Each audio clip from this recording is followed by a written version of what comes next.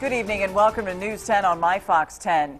32,000 people. That's the startling number of Americans who died in 2011 from automobile accidents. But as News 10's Matt Gregory tells us, helicopter transports from accident scenes are working to bring that number down.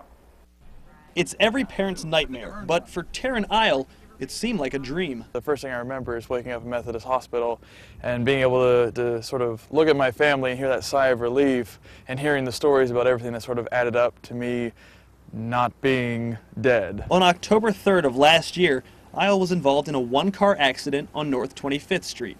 His vehicle was wrapped around a telephone pole. Immediately, the Indiana University Helicopter Transport Lifeline responded. Taryn was one of our most injured patients that year. Taryn received 176 units of blood. Within a half hour, he was at the Methodist Hospital Trauma Center in Indianapolis, fighting for his life. It's a situation Lifeline deals with every day, but with a growing survival rate. A new study from Johns Hopkins University shows that programs like Lifeline are working to drive down the number of fatalities on U.S. roadways. Victims transported by helicopter versus an ambulance have a 16% higher survival rate. From Vigo County, it takes about an hour and 15 minutes by ground. By air, it would take about 20 minutes.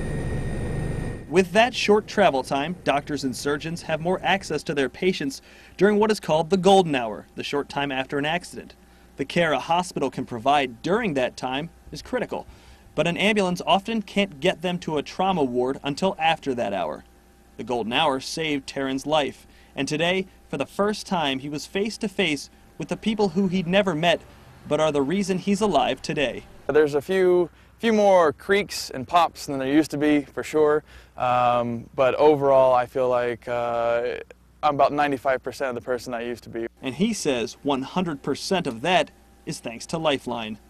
Reporting in Terre Haute with Chief Photojournalist Mike Latta, Matt Gregory, News 10.